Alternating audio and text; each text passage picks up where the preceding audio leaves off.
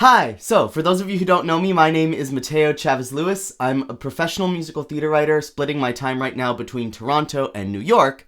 And every week on this channel, I upload a video updating all of you on my writing process. Right now, I'm working on a musical called Tommy Rhodes, which you will know about if you have been watching the channel in the last couple weeks.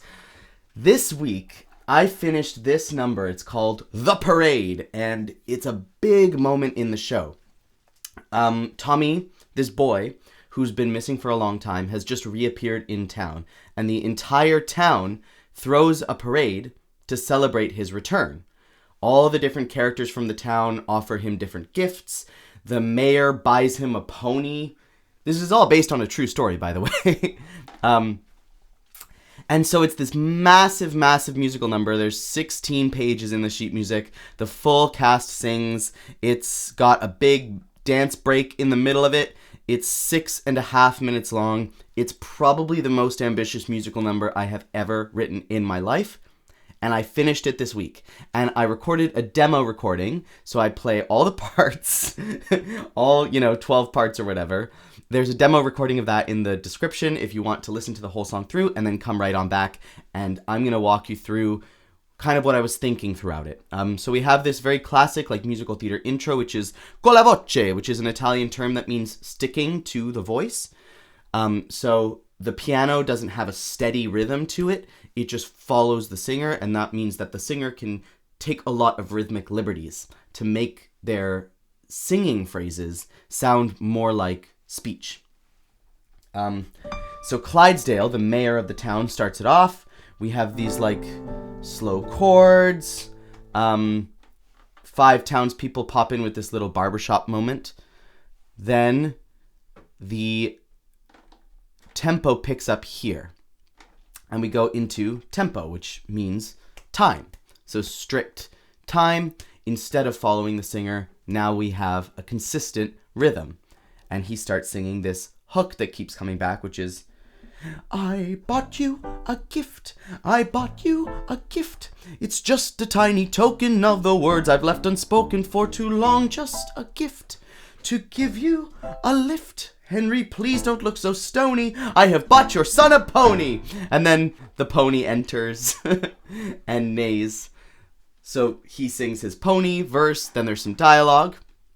Then Minnie and the ladies in town offer their gift. So they sing kind of the same melody in their key, which is, we bought you a gift, we bought you a gift, and we really hope you like it. We bought you a brand new bike. So then they sing about the bike. The bike falls over. It's a comedic moment. And then all the townspeople come together to sing this second melody. So we've got the gift-giving melody. Clydesdale sings it. The ladies in town sing it. And then we have this second melody, which is kind of the full company. And it goes, what was lost? Ooh, excuse me. Got some phlegm in my throat. It's early in the morning.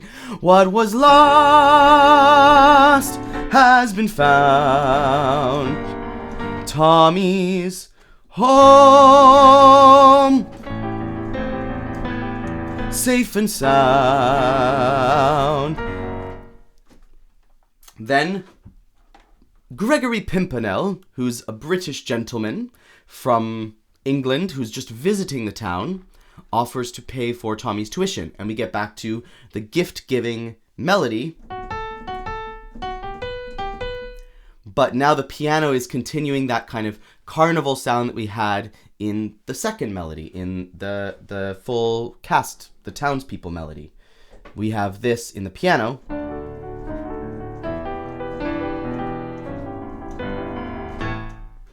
While Gregory's singing, pay for your school, I'll pay for your school. So all of these different elements are beginning to come together. We've introduced this melody. We've introduced the townspeople melody.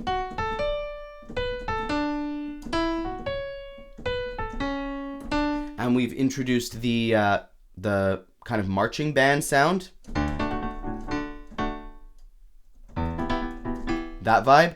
And we've introduced this carnival sound. And so all of it's kind of overlapping now. I'm using all of these different kind of chunks that I've created and putting them together in new ways to keep the number feeling fresh as it moves towards its 6.5 minute running time, and also feel cohesive as a whole, so that it all feels linked to itself. Here, Henry, the father of the boy, is kind of resistant to everything that's happening, and so they have some dialogue with Leslie, the mother of the boy. And underneath, I have this little bass. Now, if you've been watching the channel for the last couple weeks, you'll recognize that bass from the song Something Ain't Right. Something like that. And the right hand in that was going like, with those 3 notes in the bass. The thing is that Henry isn't actually quite sure that this is his son. The boy seems very changed. He's shorter than he was before. Henry has a problem with that. Boys grow, they don't shrink, he says. He's also missing a birthmark that was on his shoulder. And he's got a completely different personality. Tommy was loud and rambunctious.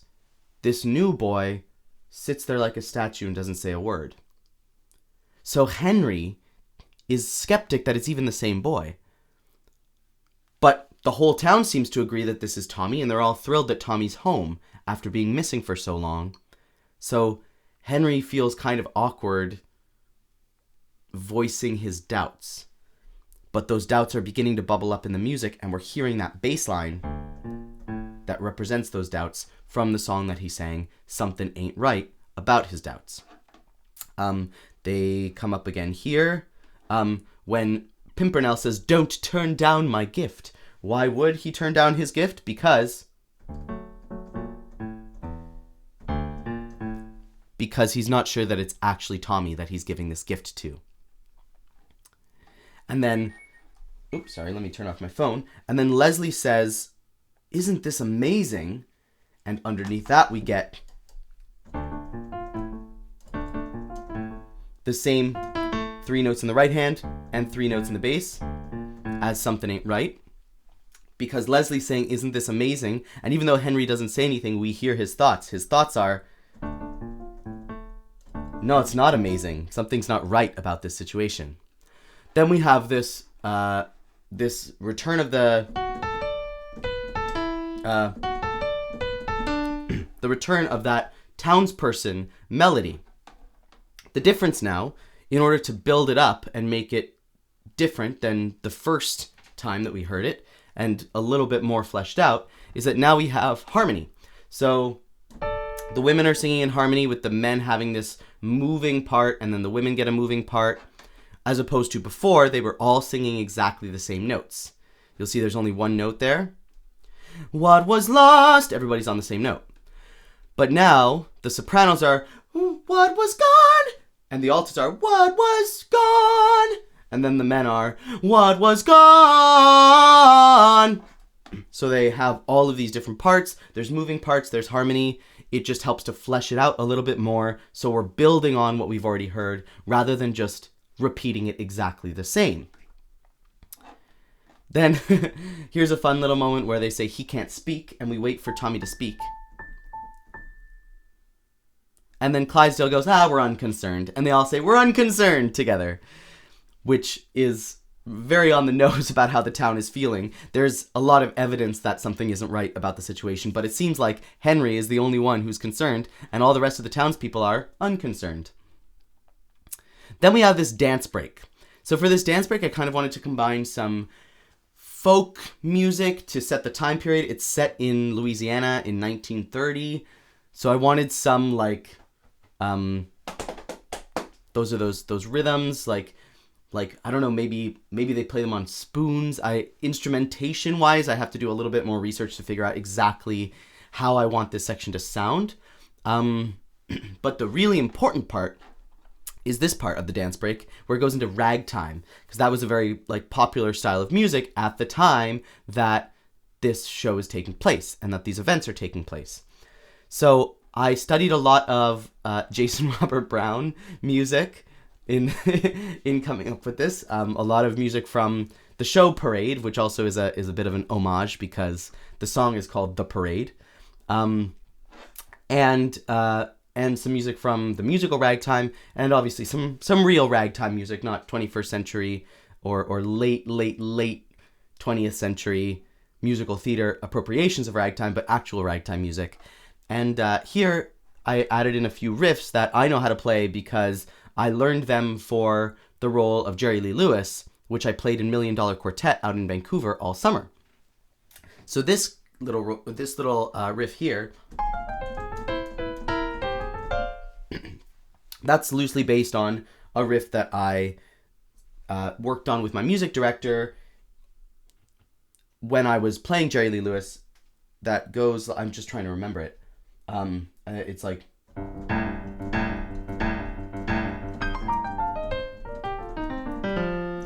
something like that.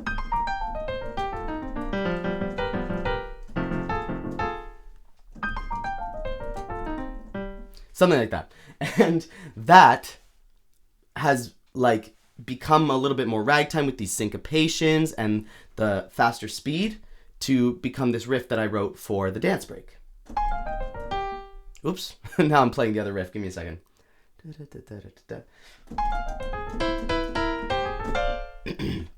There you go. So this is not easy to play by any stretch of the imagination. Probably this is the song that the pianist in whatever the first production of this show is going to have to work on the most. And then check out this riff. This is another riff from my Jerry Lee Lewis days.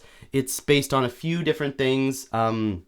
There was a riff that I played in an arrangement of Razzle Dazzle from Chicago that I played with Canadian cabaret legend Mandy Goodhandy, where I used a similar riff to this. I also learned how to play something similar to this I think it was in a different key though, for the song Change from A New Brain by William Finn, of all things. There's a little like that quarter note triplet rhythm and then blues coming down. It also obviously has some Jason Robert Brown flavor, and the riff altogether sounds like this.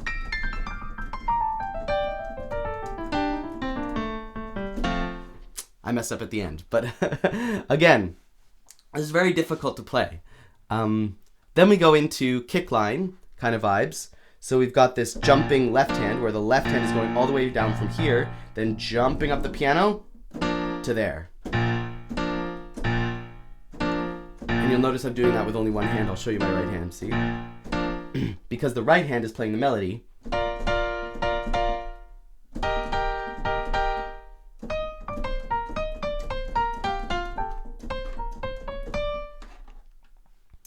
Then, here we bring the tempo down a little bit. We still have the strides, they're called, those jumps in the left hand.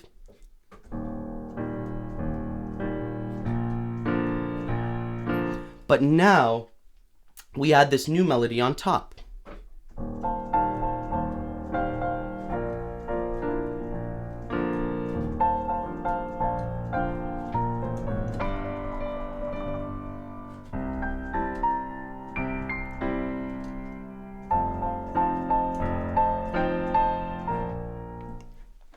That melody comes from a song that is earlier in the show called If It Was My Boy. And it's a song that the full town sings after Tommy Rhodes goes missing. And in that song, they all kind of sing about how they feel like they've almost lost one of their own because the town is so closely knit together. So bringing that melody back in this dance break when they're all celebrating Tommy coming home really cements how important this is, not just for the family, the Rhodes family, but actually for the entire town. And I think that's very important for me to set up here. Because later, when there's a court case to determine if Tommy Rhodes really is Tommy Rhodes or if it's another boy, the entire town kind of biases the court case towards it being Tommy. And if I don't show you now what the emotional investment is that these people have in Tommy's identity, then it doesn't make sense that they're going to do that later in the show. So that's why with this song, there's a few reasons that I chose to make this song the kind of massive musical number that it is. The first reason is that it comes about halfway through the show. It's almost an hour into the musical. And there's so much going on. There are two plot lines happening. There's the plot line happening in 1930, and then a present-day plot line about Tommy's granddaughter trying to identify his true identity in the 21st century. So these two plot lines happening at the same time, tons of relationships, tons of characters. There's a lot of information, and it comes very, very quickly. I think that's an important element of writing musical theater today in social media times, because people want very stimulating, exciting, fast-moving content. That is what keeps them engaged when they're used to, scrolling on TikTok. So I think that musicals and stage shows are going to need to move a lot faster than they traditionally have. But it can be very, very overwhelming. And so I want to give the audience some time to chill out. For once, nobody even says a word. For 2 minutes, there's this big, long dance break. And we can just sit back and enjoy the fact that we're in a musical and allow the first half of the musical to process subconsciously while we're doing that. And I think that will help the audience understand a little bit better what's going to come. The second reason is that, like I said, you will need to understand where the townspeople are coming from in order to understand what happens in the second half of the show. Musical numbers in musicals that are really, really good are never just there for entertainment value. They always, even if they seem like they're just there for entertainment value, they always have a secondary purpose that has to do with the themes of the show or has to do with the character development. Think, for example, of Popular in Wicked. Popular is a song that is just a comedic relief song and doesn't advance the plot. But all of the lyrics have to do with this central theme of the show, that people are what we label them. Think of especially great communicators. Did they have brains or knowledge? Don't make me laugh. They were popular. That's what Glinda says. And so even though it's just a comedic relief number, that is actually a key point of wisdom for the entire show. So that's what I wanted to do here. Have a musical number that is just a big song and dance number and doesn't advance the plot, but actually invests you more in the characters and helps you understand why the characters care as much as they do. So that is why I made this such a big musical number. This is how we conclude. We have this big, epic, fortissimo ending. We go back to the carnival theme. Lots of overlapping parts. Again, we see the moving vocal lines. The men are yelling, hip, hip, hooray! While the women are singing the moving line. Then the men sing the moving line. What a day! We have this weird chord. We've come out of B flat to E flat. And then we go to A minor, which is this cool little harmonic change just to give you something fresh on the ear. And then back to C minor to F, which is a classic cadence, into B flat, which is the key. So we go from this weird chord to this very normal set of chords. Something like that. And then we build up. What's gone is gone, and what's past is past, and little Tommy Rhodes has come home. Big chord, 8-part harmony there. We have all of these notes being sung by the choir. 1, 2, 3, 4, 5, 6, 7, 8 notes. And then I want to, music direction wise, I want them to have straight tone on this note and then release the vibrato on this, so it builds right to the end. Hum-at! Straight tone, no vibrato, and then vibrato! I think that's a really cool effect. And then abrupt cutoff. We get here. We're on the F, which is the dominant of B flat major. We're in B flat major, so the home chord is B flat, and the dominant chord is F. That's the chord that leads us to B flat major the best. And so because we're on F, we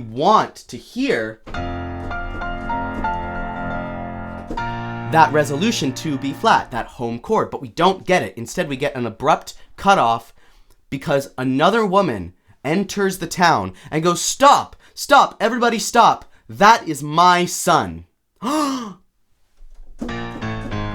Dun dun dun! Drama. What's going to happen in the second half? I think another reason why I wanted to make this musical number so big and celebratory is that the bigger and more celebratory it is, the more of a shock it is when Frances enters and shuts the whole thing down with this revelation that actually, this is not Tommy Rhodes, this is her son. And then they end up going to court, and you'll see what happens in the rest of the show, because I will continue to be posting these updates as I work on it. I've written, the entire, second draft. Right now I'm just going through and fixing all of the piano and vocal arrangements. And then hopefully there will be a reading at the Dramatists Guild in New York coming up, as well as a possible production in Toronto. So stay tuned for details on all of that. And check out my mailing list if you want to be the first to know about it when it happens. I also recommend checking out my Patreon if you want some very cool exclusive content, and of course subscribing so you can come right back here next week and see what I work on in the next couple days. All right, thank you all so much for watching, and I will see you in the next video. Peace out.